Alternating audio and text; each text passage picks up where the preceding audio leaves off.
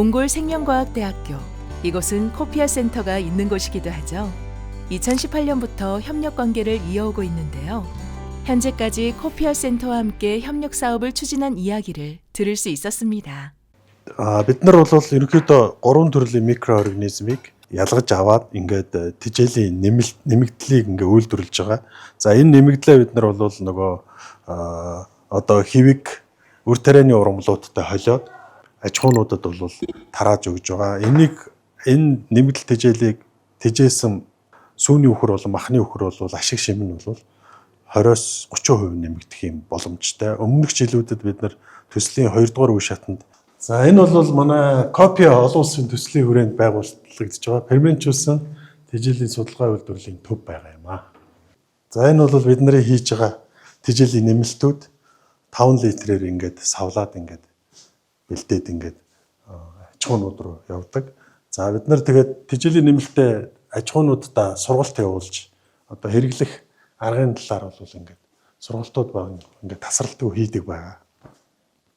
За Монгол улс бол мал аж ахуйн орн байгаа. За гэхдээ бол бид нар нүүдлийн мал аж ахуйн асар одоо баялаг туршлагатай боловч за сүүлийн үед бол манай улсын засгийн газраас баримталж байгаа бодлогын дагуу бид нар одоо төвийнхөө бүс нутагт мал аж ахуйг эрчимжүүлэх, за эрчимцэн мал аж ахуйг хөгжүүлэх чиглэлээр ажиллаж байгаа. За харин эрчимцэн мал аж ахуйн хөгжил маань болохоор зэрэг сүүлийн дөнгөж 20 жилийн түүхтэй учраас за энэ хугацаанд бол бид нар за өндөр ашиг шимтэй цэвэр үйлдвэрийн малыг эрчимцэн аргаар бол одоо өсгөх юм одоо технологиг нэвтрүүлэх бол зайлшгүй шаардлага гарсан.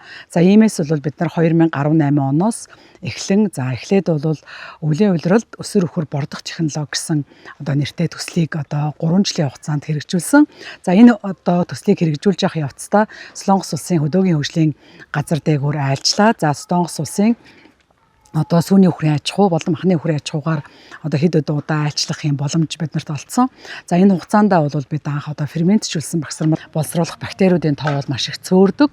За тэгэхээр энэ үед нь бол бидний тэжээлийг хэрэглэснээр за мал амтны тэжээлийн шингэж сайжрах, дархлалын үзүүлэлтүүд нь одоо сайжрах зэрэг одоо ач холбогдолтой байдаг. За Монгол улсад бол хамгийн тохиромжтой тэжээл болоод одоо танигдаад хүмүүс хэрэглэх дуртай болсон байгаад баяртай байна.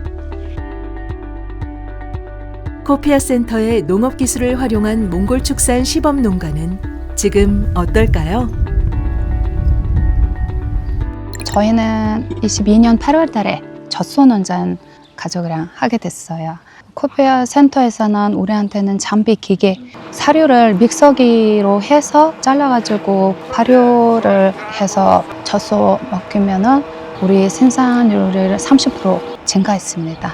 겨울에는 몽골에 되게 좋은 나라에 있기 때문에 그 미네랄 좋은 발효 사료를 먹여야 젖소들도 건강하고 송아지도 되게 건강한 소들을 태어났습니다. 우리는 코피아 센터에서도 많은 교육을 받았고요. 그리고 다른 가족들, 집들, 친구들한테도 소셜에서도 그런 교육을 몽골어로 친구들한테 많이 알려주고 그러고 있습니다.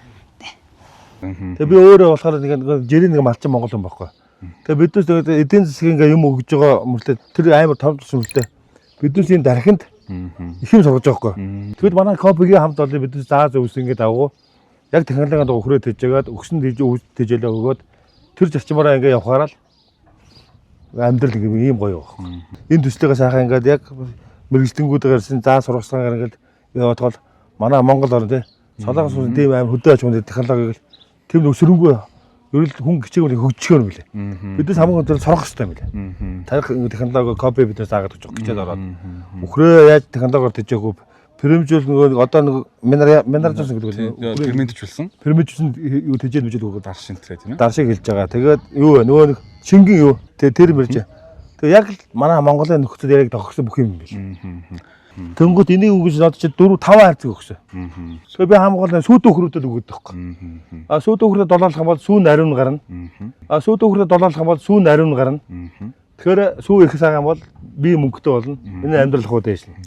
그 저도 때 800만 마리 이상의 가축이 죽었는데도 불구하고 우리 시범사업 농가들은 단 한 마리의 가축도 죽지 않았습니다. 그래서 이것들은 굉장히 이제 몽골 정부에서 사료의 중요성을 깨닫게 된 계기가 됐고 농민들도 계기가 됐어요. 그래서 지금은 이제 저희들이 이제 가게 되면 지역마다 자기 지역을 시범 농가를 해달라고 부탁을 하고 있고 그런 것들 때문에 저희들이 2025년부터 금년부터는 2개 도 10개 지역 150 농가를 대상으로 사업을 확대하고 있고 전에는 우리가 코피아 센터만 지원했던 일방적 지원에서 몽골 정부, 도청, 군, 시군, 그 다음에 농가들이 협동조합을 만들어서 공동으로 할 수 있는 사업으로 전환해서 이제는 이제 몽골 전국에 확대할 수 있는 기술보급 체계로 바꿨다.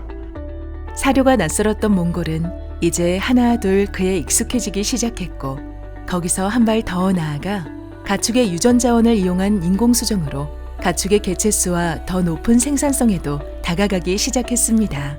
Коопертивийн 4 жил хэрэгжихийн төслийг хүрээд малын удмын сангийн үндэсний төвөөс хариуцж өөрөг маань болохоор малчдын одоо малынхаа чанарыг хэрхэн сайжруулах вэ? Одоо энэ үржил селекц ажлыг хэрхэн зөв явуулах вэ? Энэ тал дээр дэмжлэг мөн зохиомл хэлтүүлэг бий үйлчлэг малчдад үзүүлж одоо нэг малаас авах ашиг шимийг нэмэгдүүлэх тал дээр илүү анхаарч ажиллахаар байна.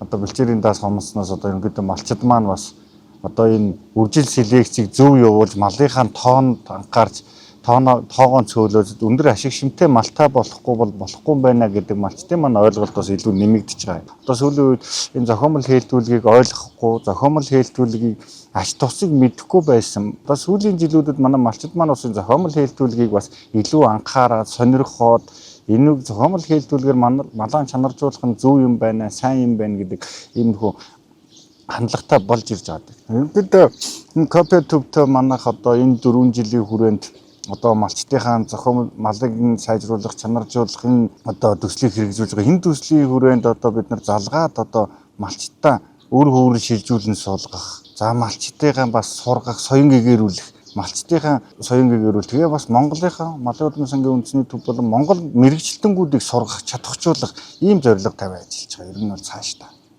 굉장히 넓은 국토면적을 가지고 있어서 이게 국가가 영향을 못 미치는 것도 있어요. 그래서 가축 개량에서는 지역별로 인공 수정사를 교육을 시켜서 가축 개량을 유도하고 또 이제 한국의 이제 그 소 유전 자원이 굉장히 세계적으로 우수하다고 합니다. 그러면서도 가격이 저렴하기 때문에 한국에 이제 좋은 유전 자원을 또 수입을 또 가축 유전 자원 센터에서 할 뿐 아니라 아직은 가축병에 대한 것들은 이제 몽골에서는 본격적으로 이루어지고 있지 않는데 가축 유전자원 센터를 중심으로 몽골의 수의청과 함께 우리나라 동물약품을 통해서 몽골 지역의 가축 질병 예방 부분도 가축 유전자원 센터에서 지금 사업으로서 하고 있습니다. 코피아를 통해 변화한 축산 농가의 얼굴에는 미소가 사라지지 않았습니다. 이 변화의 바람이 흘러들어간 농작물을 키우는 농가는 어떻게 변화하였는지 궁금하지 않으신가요?